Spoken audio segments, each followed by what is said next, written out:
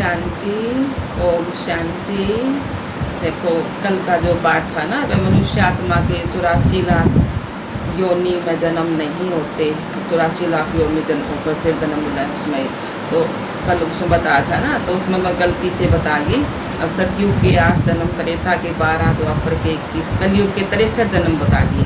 लेकिन कलयुग के 42 जन्म हो, वो तो वीडियो चलाई तो पता लग गया, मेरे भूल हो गई वो थोड़ा सा, जुबान फिसल गई। उसमें 63 जन्म बता दिए कलयुग के, लेकिन द्वापर और कलयुग के दोनों के 63 जन्म होंगे। तो देखो आज का पाठ है ये है जगत पिता और ये है जगत अम्बा, मम्मा और बाबा, जो हम मुरली में बार बार आते रहे हैं ना, मम्मा बाबा को फॉलो करो, है ना। ये ब्रह्मा बाबा है, तो ये हैदराबाद के रहने वाले हैं।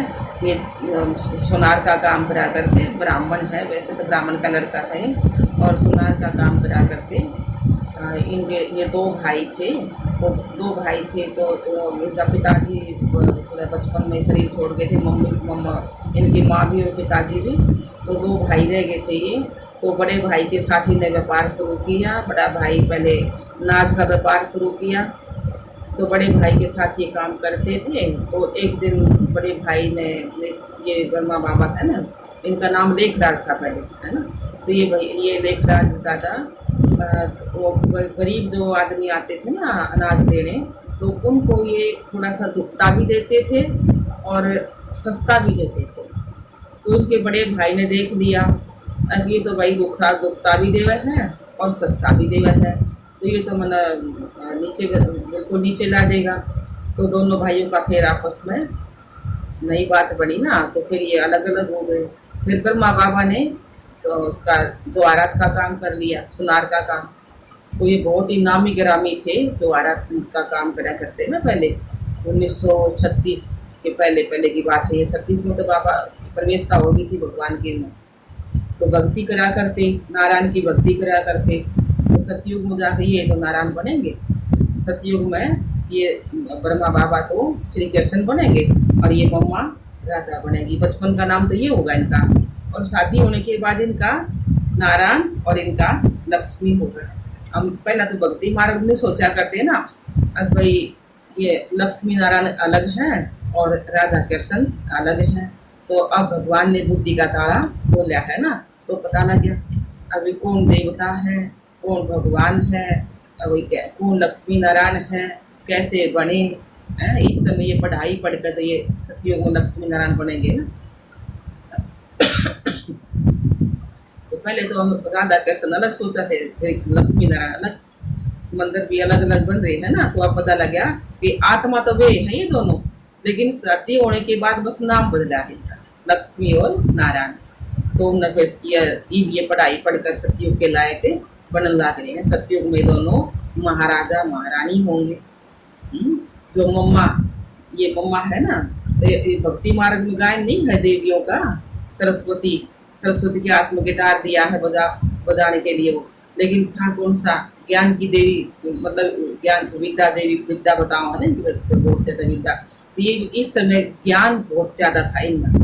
अब जो शिव बाबा मुरली सुनाते ना, तो और बहन भाइयों सुना करती, तो उसके एक बात के 10-10 अर्थ बताया करती।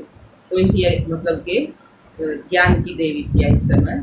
वो फिर ये सतयुग में बनेगी लक्ष्मी और ये ब्रह्मा बाबा बनेंगे नारायण।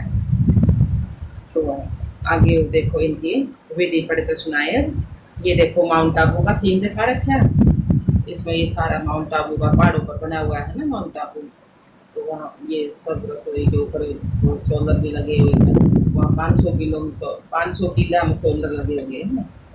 तो सारा खाना भी, पानी गर्म, सब कुछ वहाँ से जली सारी उससे यूज हो रही है। तो इसकी विधि और पढ़कर सुना दे।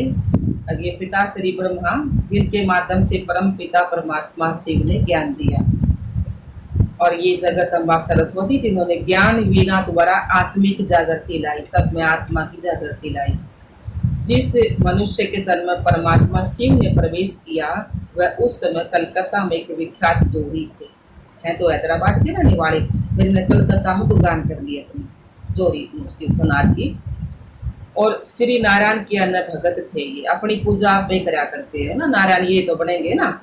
और उनमें उदारता और सर्व के कल्याण की भावना, व्यवहार कुशलता, राजकुलोचित और शालीनता और प्रभु मिलन की उत्कृष्ट जात ही उनके संबंध राजाओं महाराजाओं से भी थे।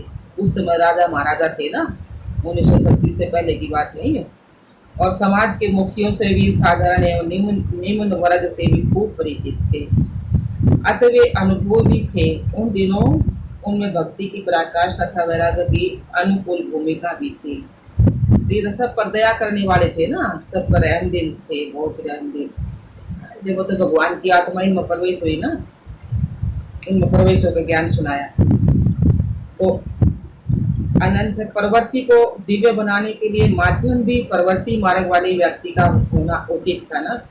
अगर बीच में ये लिए ना, शिव बाबा भगवान ने बीच में लिए ना ये, अब वही सारे वही था, सब क्या का 60 साल के थे जब इन्हें भगवान की प्रवेशता हुई थी। तथा इन अन्य अनेक कारणों से त्रिकालदर्शी परम पिता शिव ने उनके तन में प्रवेश किया। उनके मुख द्वारा ज्ञान एवं योग की शिक्षा देने वाले सभी ब्रह्मा कुमार कुमारियों में जो श्रेष्ठ थे, उनका यह अलौकिक जीवन का नाम हुआ जगदम्बा सरस्वती।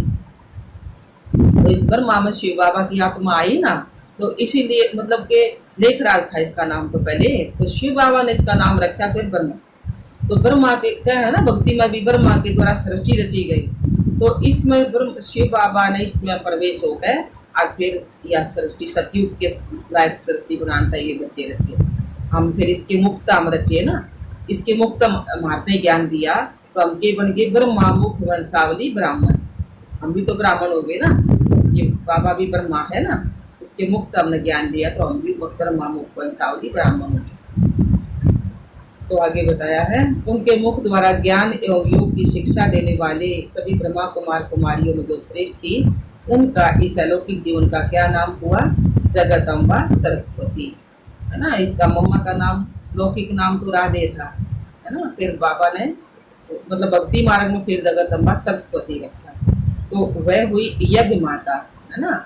ये माता है ना, जो ये कवारिये थी, कवारिये मतलब सब माँ कहा करते, माँ कैसी शब्द पालना दिया करती, इतनी अच्छी थी ये धरती माँ। अभी ब्रह्मा बाबा है ना, ये भी मम्मा कहा करते हैं। तो उनका यज्ञ माता हुई है, तो उन्होंने ज्ञान वीणा द्वारा जन जन को प्रभु परिचय देकर उनमें आध्यात्मिक जागृति लाई। हर एक मनुष्य को जन जन को मतलब ज्ञान दे करके प्रभु परिचय देकर उनके आध्यात्मिक जागृति लाई। उन्होंने आजीवन ब्रह्मचर्य का पालन किया और सहज राजयोग द्वारा अनेक मनुष्य आत्माओं की जीवन ज्योति जगाई। आत्मा की ज्योत जगाई ना सबकी। तो प्रजापिता ब्रह्मा और जगदम्बा सरस्वती ने पवित्र एवं देवी जीवन का आदर्श उपस्थित किया। दोनों ने देवी जीवन का आदर्श उपस्थित किया, पवित्र जीवन। अच्छा, ओम शांति, ओम शांति।